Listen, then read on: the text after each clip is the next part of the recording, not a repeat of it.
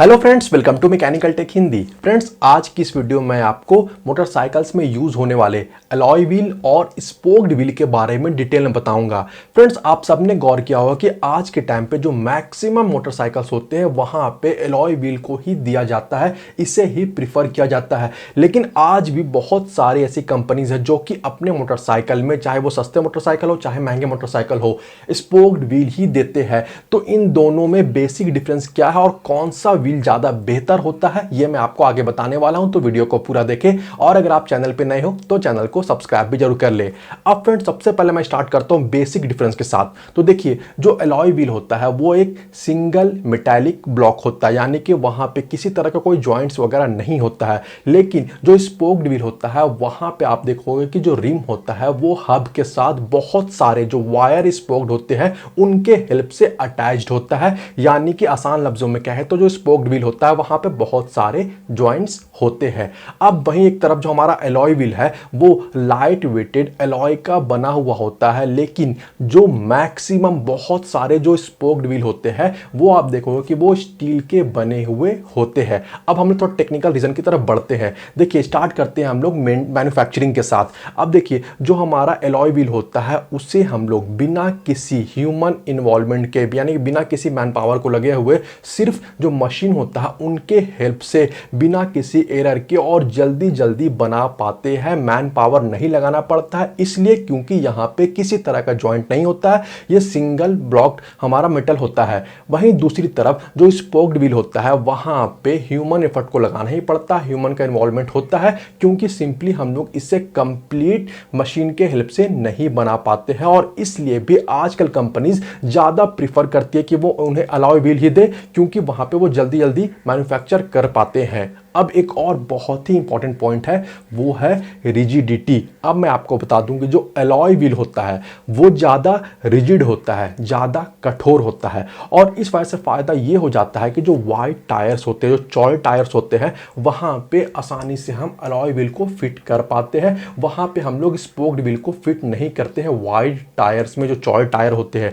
इसके साथ ही रिजिडिटी से एक और फ़ायदा हो जाता है, जो कि ये है कि जो हमारा अलॉय व्हील होता है वो हाई परफॉर्मेंस, हाई टॉर्क वाले, जो हाई हॉर्स पावर वाले जो मोटरसाइकिल्स होता है उनमें आसानी से फिट किया जा पाता है। और जो हमारा वाइड टायर, जो चौड़ा टायर है, वो उससे फायदा ये हो जाता है कि वो हाई स्पीड को, उन मोटरसाइकिल के हाई स्पीड को वो अच्छी तरह से कैरी कर पाता है।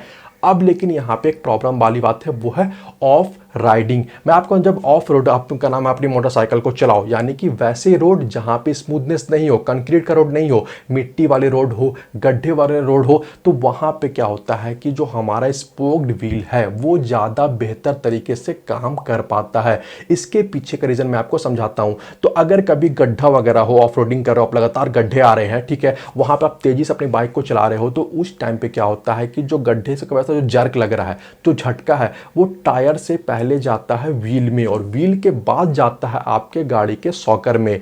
अब लगातार अगर आप ऑफ रोडिंग करोगे अलॉय व्हील वाले मोटरसाइकिल के साथ, तो चांसेस होता है, चूंकि यहाँ पे सिंगल मेटालिक ब्लॉक होता है, तो इन जो हमारा अलॉय व्हील है उनका चांसेस होता है कि वो बेंड कर सकते हैं, उनमें डैमेज हो सकता है, वो टेढ़े हो सकते हैं, और इस तरह से क्या होता है, प्रॉब्लम आने लगता है ऑफ रोडिंग में। लेकिन जो हमारा आज भी प्रीफर किया जाता है, आज आप देखोगे बहुत सारे स्पोर्ट्स बाइक जो होते हैं वहां पे आप देखोगे जो मोटरसाइकिल या फिर राइडिंग करते हैं, जो माउंटेन राइडिंग करते हैं, वहां पे आप देखोगे कि आपको स्पोक्ड व्हील देखने को मिलेगा, क्योंकि चूंकि यहाँ पे जॉइंट्स वगैरह होते हैं, तो यहाँ पे कंप्लीट जो व्हील है उसका डैमेज होने का चांसेस बहुत ही कम हो जाता है। एक और बहुत ही इंपॉर्टेंट पॉइंट है जहां पे हमारा अलॉय व्हील ज़्यादा बेहतर है, वो है ट्यूबलेस टायर। अब ट्यूबलेस टायर देने से फ़ायदा बहुत ही ज़्यादा हो जाता है, और आसान लफ्ज़ों में कहे तो आपको पंक्चर वगैरह का दिक्कत नहीं आएगा। पंक्चर हो भी जाएगा तो जो एयर का लीकेज है वो बहुत ही धीमे धीमे होता है और अपनी हम गाड़ी को चला पाते हैं। और हाई स्पीड में ट्यूबलेस टायर में जो हैंडलिंग है, जो स्टेबिलिटी है, वो ज़्यादा बेहतर देखने को मिल जाता है। वैसे मैं आपको बता दूं कि जो हमारा स्पोक्ड व्हील है वहाँ पे ट्यूबलेस टायर इसलिए नहीं दिया जाता है क्योंकि जो रिम होता है वहाँ पे स्पोक्ड होता है, ठीक है, स्पोक वगैरह दिया जाता है, वायर का स्पोक वहाँ पे दिया हुआ होता है और उसके वजह से क्या होता है वहाँ पे जॉइंट होता है और जॉइंट की वजह से चांसेस होता है कि लीकेज हो सकता है। इसलिए जो हमारे स्पोक्ड व्हील है, आप देखोगे क्लासिक 350 वगैरह में आप देखोगे आज के टाइम पे भी वहाँ पे आपको ट्यूब वाले टायर ही देखने को मिलते हैं मैक्सिमम टाइम पे। और ट्यूब देना बीच में यहाँ पे हम लोग को ट्यूब देना पड़ता है ताकि जो एयर का लीकेज है वो नहीं हो सके। हालांकि आज के टाइम पे आपको बहुत सारे ऐसे स्पोक्ड व्हील देखने को मिल जाएंगे जिन्हें इस तरह से मैन्युफैक्चर किया जाता है कि जो जॉइंट्स होते हैं वो ज़्यादा बढ़िया तरह से सील होते हैं और आज के टाइम पे बहुत सारे नए जो स्पोक्ड व्हील है वहाँ पे भी ट्यूबलेस टायर को दिया जाता है। एक और बहुत ही इंपॉर्टेंट पॉइंट है वो है ड्यूरेबिलिटी। अब मैं आपको बता दूं, भले रिजिडिटी जो हमारा अलॉय व्हील का ज़्यादा होता है लेकिन ड्यूरेबिलिटी जो है, जो विश्वास होता है, जो ज़्यादा ड्यूरेबल होता है, ज़्यादा लंबे समय तक चलने वाला होता है हमारा स्पोक्ड व्हील। तो मैं आपको बताऊं कि दोनों में कंपैरिजन में ज़्यादा बेहतर ड्यूरेबल होता है हमारा स्पोक्ड व्हील।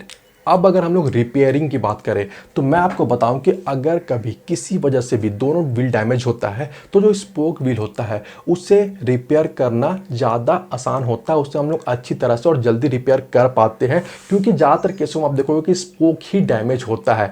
लेकिन अगर हमारा जो अलॉय व्हील है वो डैमेज हो जाए तो फिर बहुत ही मुश्किल हो जाता है इन्हें रिपेयर कर पाना। और हालांकि ऐसा नहीं है कि मैं ये नहीं कहूँगा कि बिल्कुल रिपेयर नहीं होते, बिल्कुल रिपेयर भी होते हैं और रिपेयर करने के बाद बहुत लंबे समय तक चलते हैं। लेकिन जब ज़्यादा डैमेज हो, जब ज़्यादा बेंड हो तो इन्हें बिल्कुल भी एडवाइजेबल नहीं होता है कि इन्हें रिपेयर किया जाए क्योंकि ज़्यादातर केसों में यहाँ पर ट्यूबलेस टायर होता है और डैमेज्ड व्हील के साथ जो ट्यूबलेस टायर का जो इफिशिएंसी है वो बहुत ही कम हो जाता है, एयर का लीकेज है वो बहुत ही बढ़ जाता है। अब बात करते हैं डिज़ाइन की। तो अलॉय व्हील के साथ एक फ़ायदा ये हो जाता है कि हम लोग इसे अलग अलग डिज़ाइन में मैन्युफैक्चर कर पाते हैं। आप देखते भी होंगे कि अलग अलग कलर का, अलग अलग डिज़ाइन का आपको अलॉय व्हील देखने को मिल जाता है जो कि जो हमारे मोटरसाइकिल के लुक को बहुत ही इन्हेंस कर देता है, बहुत ही बढ़ा देता है। लेकिन वहीं दूसरी तरफ जो हमारा स्पोक्ड व्हील है उसका फायदा, दिक्कत ये आ जाता है कि हम लोग इसे अलग अलग डिज़ाइन का नहीं बना पाते, कि रेट्रो लुक हम लोग को मिल जाता है लेकिन डिज़ाइन के मामले में अलॉय व्हील ज़्यादा बेहतर होता है। लेकिन हाँ, अभी अगर आप पूछोगे फिर भी अगर हम लोग को डिज़ाइन वगैरह सब बेहतर है, अलॉय व्हील का इतना कुछ फ़ायदा है तो फिर इसे क्यों दिया जाता है? तो बहुत सारी कंपनीज आज भी अपने मोटरसाइकिल में स्पोक्ड व्हील देने का एक बेसिक रीज़न ये है कि इसके वजह से हम लोग को एक क्लासिक लुक मिल जाता है, एक रेट्रो लुक मिल जाता है जो कि कंपनी उसे चेंज नहीं करना चाहती है। तो आप भी देखोगे आज के टाइम पे कि बहुत से कंपनी अपने एक मोटरसाइकिल में दोनों तरह का व्हील देती है, स्पोक्ड व्हील भी देती है, अलॉय व्हील भी देती है। ये कस्टमर के ऊपर में छोड़ देती है कंपनी कि आपको कौन सा मोटरसाइकिल, किस लुक वाला मोटरसाइकिल चाहिए। अब हम लोग आते हैं प्राइस के ऊपर में। तो मैं आपको बताऊं कि कहीं ना कहीं जो आपको बहुत हद तक देखने को मिलेगा कि जो स्पोक्ड व्हील होता है उसका प्राइस जो होता है वो अलॉय व्हील के मुकाबले कम होता है। तो प्राइस कटिंग करने के लिए भी आज के टाइम पे बहुत सारे जो सस्ते मोटरसाइकिल होते हैं, खास करके 100 सीसी 110 सीसी मोटरसाइकिल, तो उसमें आज भी आपको बहुत हद तक देखने को मिलेगा कि वहां पे आपको स्पोक्ड व्हील देखने को मिलेगा।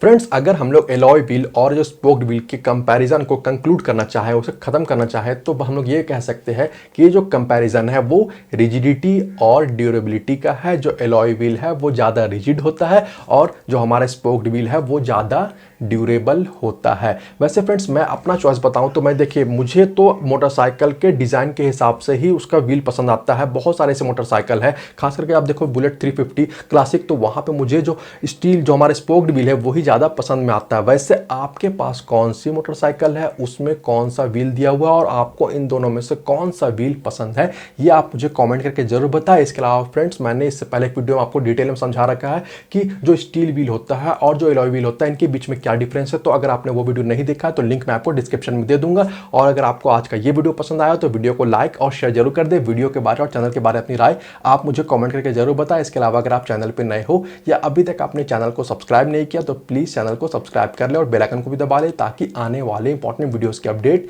आपको नोटिफिकेशन के थ्रू मिलते रहे। मिलते अगले वीडियो में। Thanks for watching this video. Good bye.